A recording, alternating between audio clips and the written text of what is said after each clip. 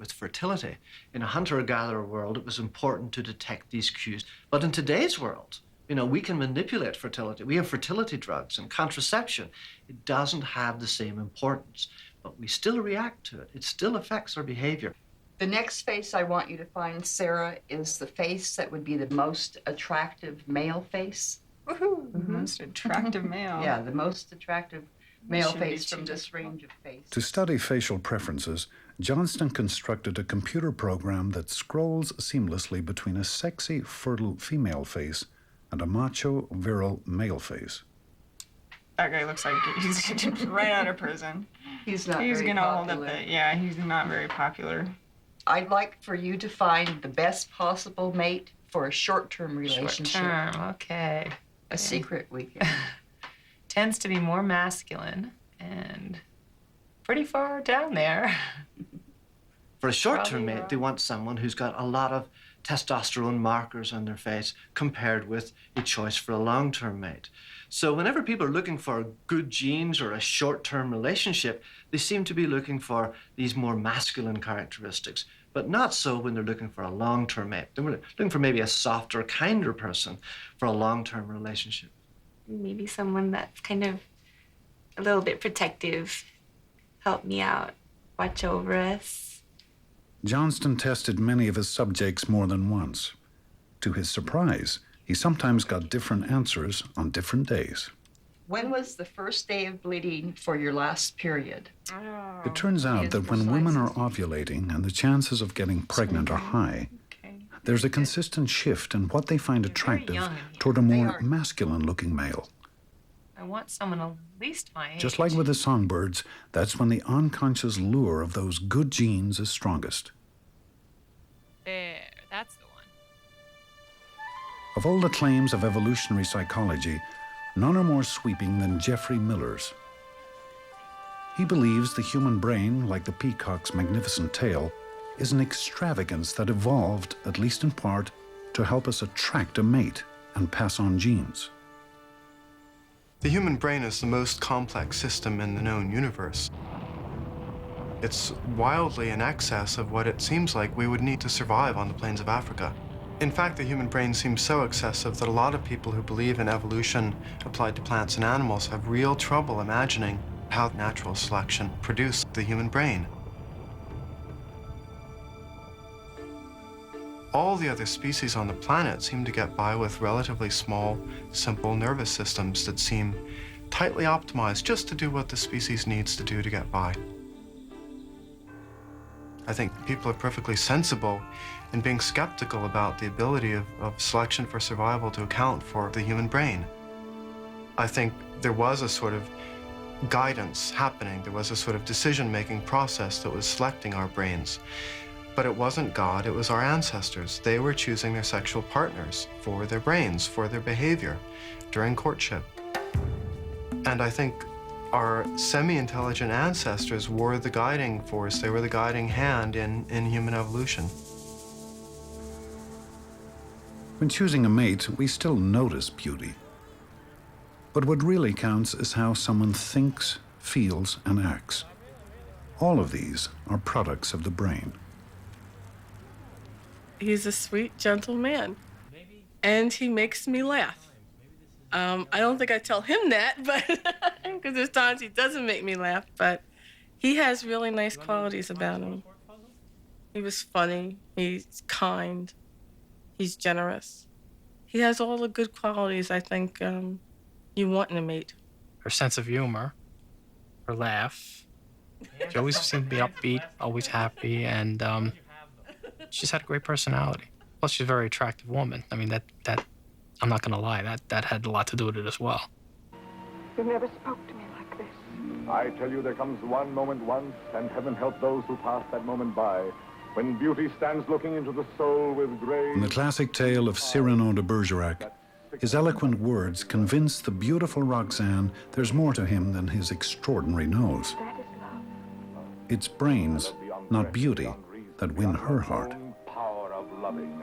Your name is like a golden bell hung in my heart, And when I think of you, I tremble, and the bell swings and rings. Everybody who falls in love knows that they're falling in love not just with somebody's physical features, but their personality, their intelligence, their creativity, their wit, and their charm.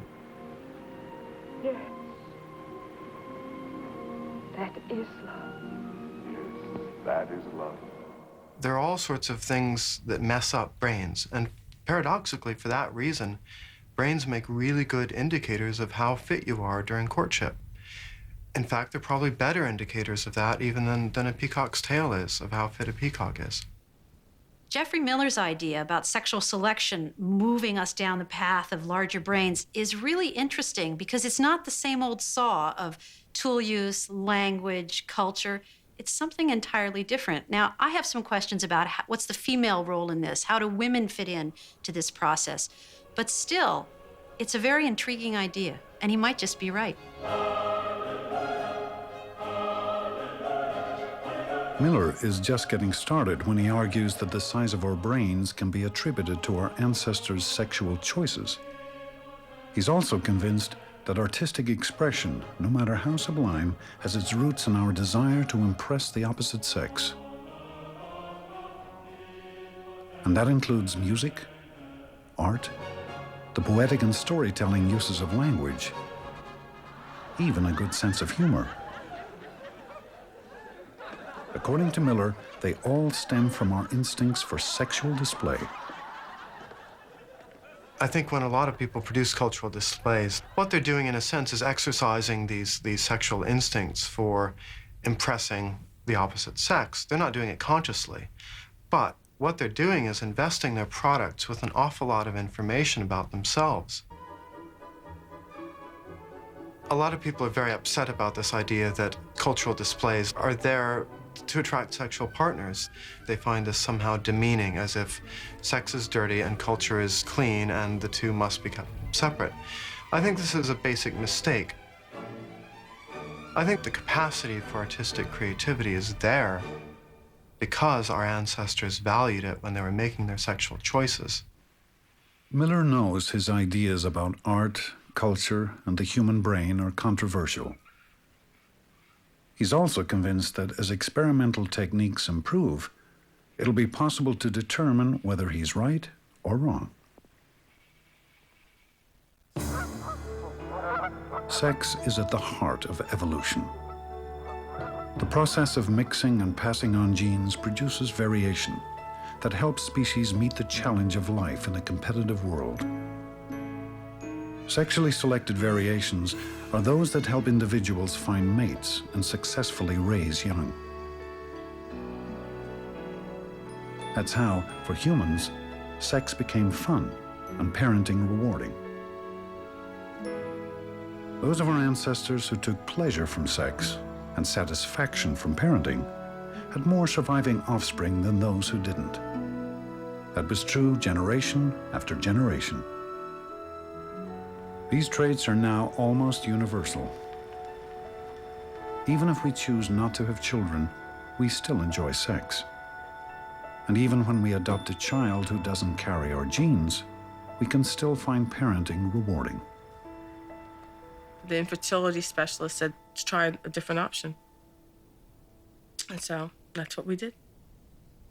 She's my baby. The fact that Sharon didn't bear her or I didn't father her. That's the physical thing. Parenthood is so much more than the physical. The physical is the easy part. Tell mommy I want a satellite dish. Yeah. Tell her that's what you want, because that's the only way I'm going to get it if you tell her. Humans are the only species in which adults will care for children who are not biologically related to them over the long term. With our highly intellectualized brain, we have taken this compelling biological urge to mate and reproduce and care for children and translated that onto children with whom we share no genes in common. I tease Sharon. She's the new woman in my life. I've never thought I'd fall in love with another woman, but she's the new woman in my life, and I wouldn't have it any other way. Humans are unique. We're a product of evolution, but we've taken the first tentative steps towards controlling our evolutionary destiny. It's a brave new world we're entering. Only time will tell if we'll be as successful at guiding our future as evolution has been.